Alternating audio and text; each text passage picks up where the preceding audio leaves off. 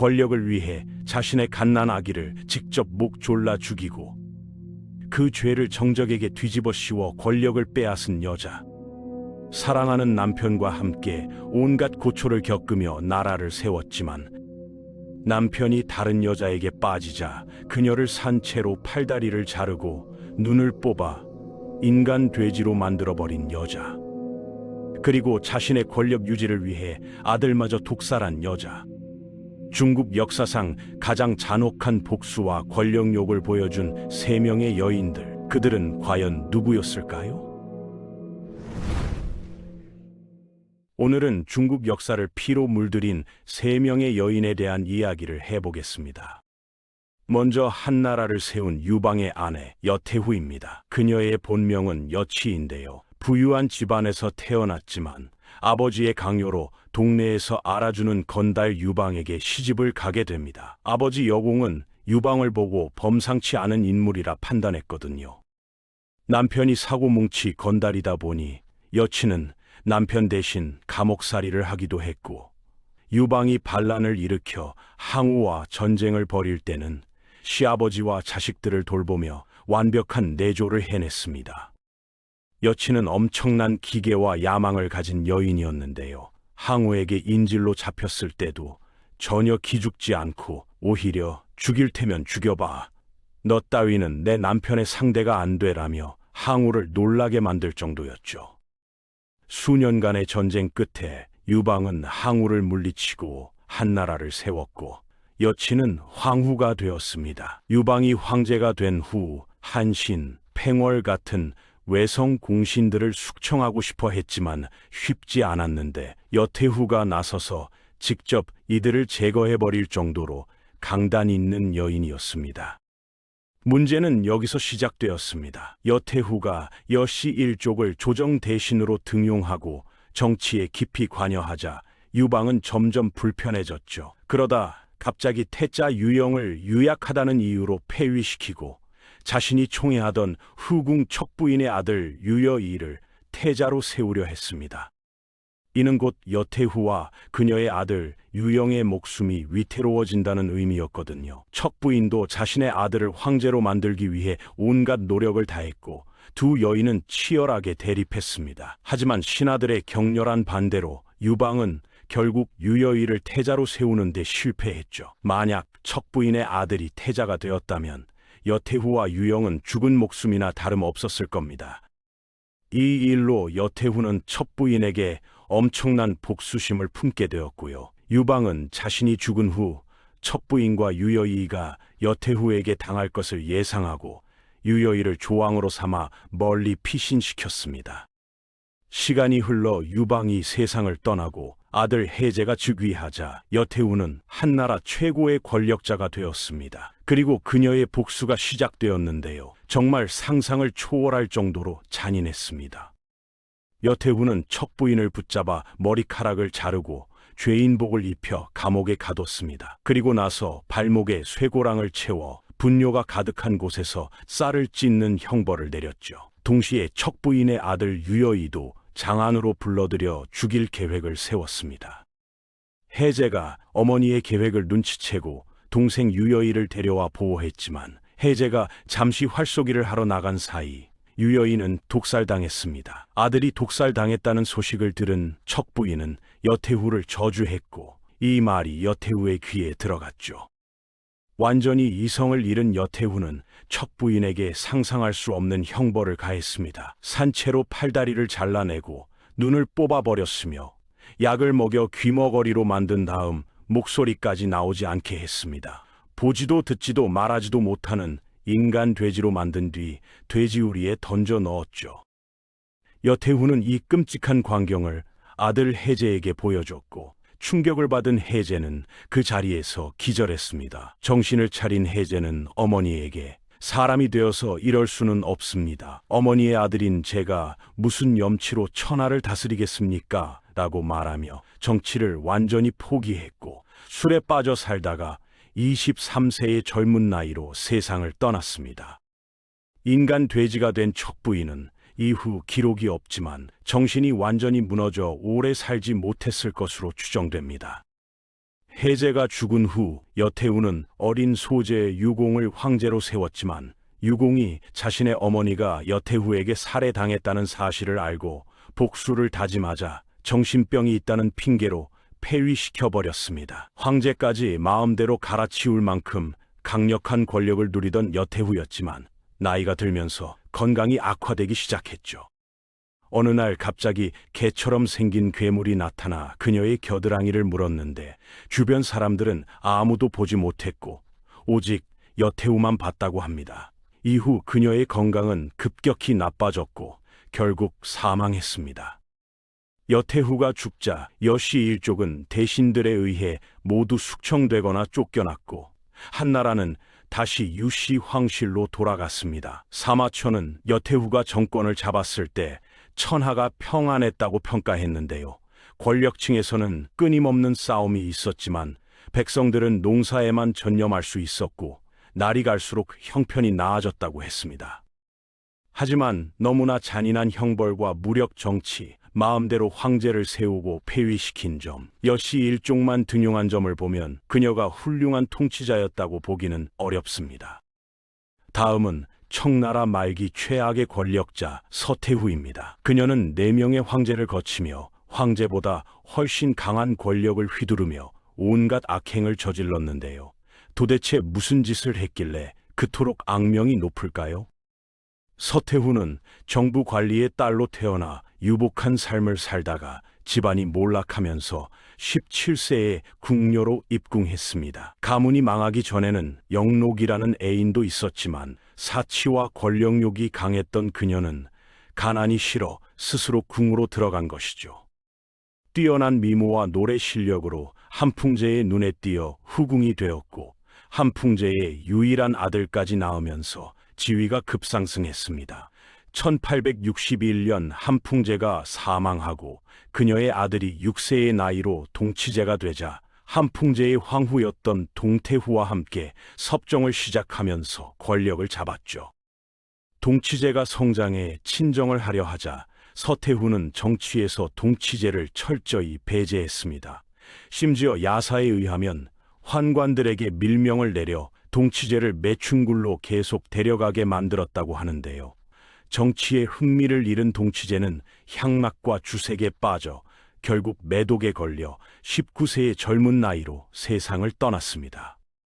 동치제가 후사를 남기지 못하고 죽자 서태후는 권력을 놓치기 싫어 3살짜리 조카를 양자로 삼아 황제로 세웠는데 그가 바로 광서제였습니다. 흥미로운 점은 광서제의 아버지는 한풍제의 동생이었는데 자신의 아들이 양자로 가서 황제가 되었다는 소식을 듣고 서태후의 권력욕에 치를 떨며 통곡했다고 하죠. 서태후가 욕을 먹는 이유는 단지 권력욕 때문만이 아닙니다. 그녀는 청나라 역사상 가장 사치스러운 생활을 한 인물로도 유명한데요. 청나라 1년 예산의 30%에 해당하는 애엔 3천만 냥을 사용해 아편전쟁 때 불타버린 이화원을 더 화려하게 재건했습니다. 당시 서구 열강과 일본의 침략이 격화되던 시기에 이런 큰 돈은 국방비로 써야 마땅했지만 그녀는 청나라가 건재하다는 것을 보여주기 위해 이화원을 재건한 것이었죠. 한 끼 식사에 엄청난 거금을 들여 128가지 음식을 먹었는데 이는 당시 청나라 농민 한 명의 1년치 생활비에 해당하는 금액이었습니다. 같은 음식을 3번 이상 먹지 않았는데 독사를 두려워해 자신이 선호하는 음식을 들키지 않기 위해서였다고 하죠. 오리고기, 돼지고기 같은 육식을 좋아했고 진귀한 음식에 관심이 많았으며 그녀가 전용 기차를 타고 이동할 때면 16량 중 4량이 주방이었고 요리사 200명이 따라갔다고 합니다. 미용을 위해 젖이 나오는 여자들을 매일 불러 신선한 모유를 마셨고 비취와 진주가 달린 화려한 옷이 3,000벌이 넘었으며 하루에도 여러 번 옷을 갈아입었습니다. 스스로 화장품을 만들기도 하고 진주 가루를 먹기도 했죠. 탈모가 심해서 머리를 손질할 때 엄청나게 신경을 썼는데 궁녀들이 그녀의 머리를 빗다가 머리카락이 빠지면 목이 달아날 수 있었기 때문에 궁녀들은 일부러 소매가 넓은 옷을 입어 빠진 머리카락을 소매 안으로 숨겼다고 합니다. 성격도 더러워서 앞에서 기침을 하거나 실수를 하면 입을 뜯어버릴 정도였다고 하죠. 특히 비취와 진주를 광적으로 좋아했는데 비취로 만든 팔찌와 반지뿐만 아니라 머리 장식에도 비취와 진주를 사용했고 손톱 보호대에는 7cm가 넘는 비취 장식을 달았으며 식탁이나 식기들, 심지어 악기도 비취로 만들게 했습니다. 비취 사랑이 얼마나 심했는지 서양에서 온 특사가 최상급 다이아몬드를 바쳤는데 눈길도 주지 않고 돌려보낸 적도 있다고 하죠. 버선과 신발도 한 번 신고 나면 버렸는데 그녀의 신발과 버선을 만드는 사람만 매년 3,000명 이상이 동원되었고 비용도 1만 냥 정도가 들었습니다. 남성 편력도 대단했는데요. 끓어오르는 성욕을 채우기 위해 청나라 전역에서 젊고 잘생긴 남자들을 은밀히 궁으로 데려와 밤마다 즐겼습니다. 하룻밤을 보낸 남자들은 모조리 살해를 당했는데 젊은 남자들과 밤마다 관계를 가진 사실을 숨기기 위해서였죠. 이런 잔인한 성격과 엄청난 사치에도 불구하고 그녀는 청나라 개혁을 앞장서기도 했고 정말 최후의 보루가 되어주었습니다. 남편 한풍제와 달리 서양 문물에 거부감이 없었는데 여러 외국인들을 등용해서 청나라 경제에 좋은 영향을 끼쳤고 근대식 군대와 사관학교를 육성하기 위해 외국 장교들을 등용해 무기 제조법과 병사훈련을 시켰습니다. 외국 엔지니어들을 고용해 기술과 장비 발전도 이뤘죠. 교육, 경제, 산업, 외교, 농업, 상업, 기술, 의학 등 거의 모든 부분에서 서양 문물을 적극 받아들여 개혁이 단행되었고 전족 금지, 과거 제도 폐지, 아편 흡연 금지 같은 과거의 악습도 없앴습니다. 전기, 수도, 전화 보급도 이뤘고요. 광서제도, 강유위, 양계초, 담사동 등과 함께 변법 자강 운동을 통해 근대적 개혁을 꿈꿨지만 너무 급진적인 개혁은 보수파들의 반발을 불러왔고 처음에는 광서제를 지지하던 서태후도 탄압에 참여하게 되었습니다. 궁지에 몰린 광서제는 강력한 군벌이던 원세계를 끌어들여 서태후를 제거하려 했지만 원세계의 배신으로 변법자강 운동은 좌절되었고 서태후는 광서제를 유폐시키고 개혁파들을 모조리 숙청했죠. 이후 광서제는 10년 동안 계속 유폐되어 있었고 서태후는 그동안 실질적인 황제 행세를 하며 권력의 정점에 섰습니다. 하지만 청나라는 이미 서구 열강들에 의해 무너지고 있었습니다. 1899년 11월에 벌어진 의화단 운동에 대한 8개국 연합군의 침략으로 그녀는 서안으로 피난을 가야 했고 1901년 신축조약을 맺은 다음 베이징으로 돌아왔죠.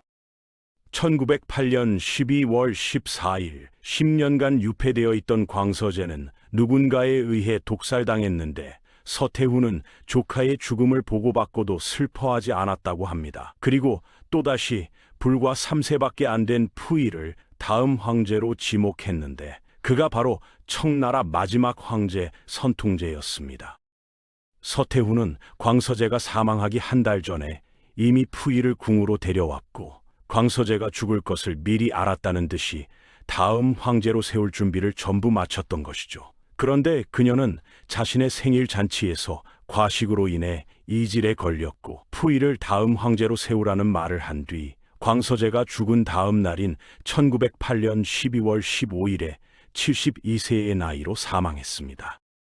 서태후는 죽기 직전까지 어린 황제를 허수아비로 만들고 자신이 섭정을 계속 이어나갈 야심을 가지고 있었던 것인데요. 그녀가 얼마나 권력욕이 강했는지를 보여주는 단적인 예입니다. 더욱 어이없는 점은 다시는 나처럼 여자가 정사에 나서는 일이 없도록 하라. 나 같은 불행한 여인이 나오지 않았으면 한다라는 황당한 유언을 남겼다는 것이죠. 그녀가 죽고 1912년 신의 혁명이 일어나면서 청나라는 멸망했습니다. 그토록 막강했던 청나라가 이렇게 멸망하게 된 이유는 48년간 서태후가 청나라를 통치하면서 사치와 향락에 빠져 엄청난 국고를 낭비한 것이 큰 이유였죠. 자신의 권력 유지를 위해 계속해서 3세 정도밖에 안 된 아이들을 황제로 세웠고, 권력 유지에 방해되는 세력이나 인물은 지위고하를 막론하고 무자비하게 숙청해버린 것 또한 그녀가 악명 높은 이유입니다. 마지막으로 중국에서 여자의 몸으로 황제가 된 최초이자 마지막 인물, 측천무후입니다. 사실 측천무후 이전에도 원곤왕이나 진석씨 같은 여황제가 있었지만 원곤왕의 재위 기간은 단 1일이었고 진석씨는 1개월밖에 되지 않았기 때문에 최초의 여황제로 인정하지 않는다는 의견이 많죠.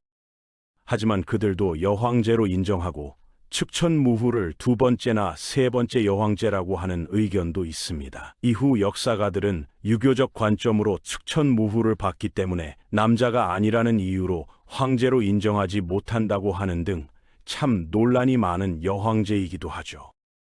30살에 황후가 되고 죽을 때까지 무려 50년 동안 권력의 중심에 있었던 만큼 중국 역사에 있어서 최고의 여걸이라는 평가에 대해서는 누구도 이견이 없을 정도입니다. 그녀의 이름은 무조로, 아버지는 무사곽이라는 유명한 목재 상인이었습니다.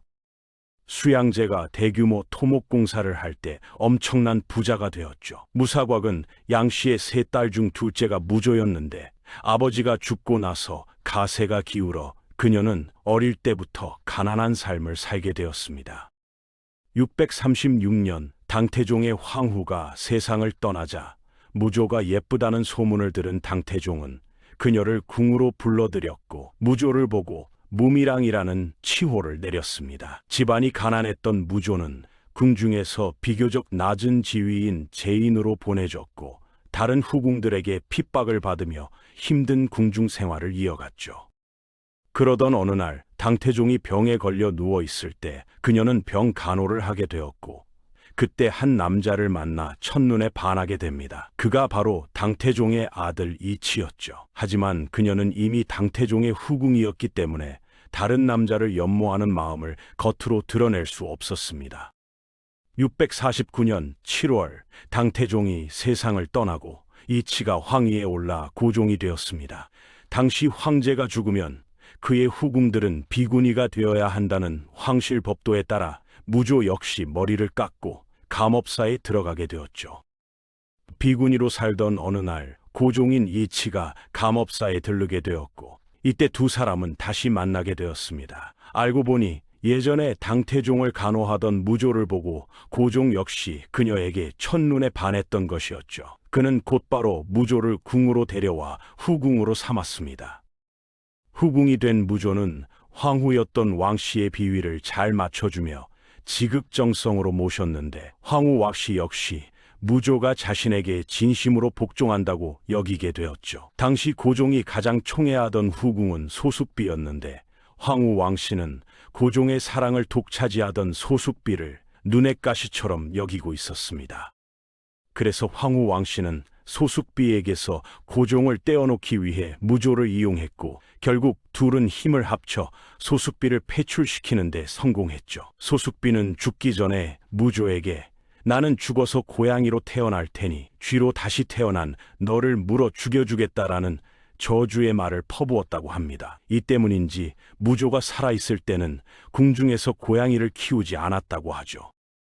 무조는 비빈이 되었고 654년에는 첫 딸 안정공주까지 낳게 되었습니다. 그러던 어느 날 황후 왕씨가 무조의 처소를 찾아 안정공주를 보고 돌아갔는데 무조는 자신의 손으로 딸이었던 안정공주를 목줄라 죽이고 황후가 죽였다고 모함했습니다.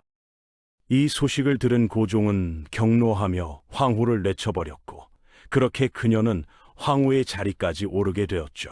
14세의 궁에 들어온 그녀는 16년 만에 황후의 자리까지 오른 것입니다.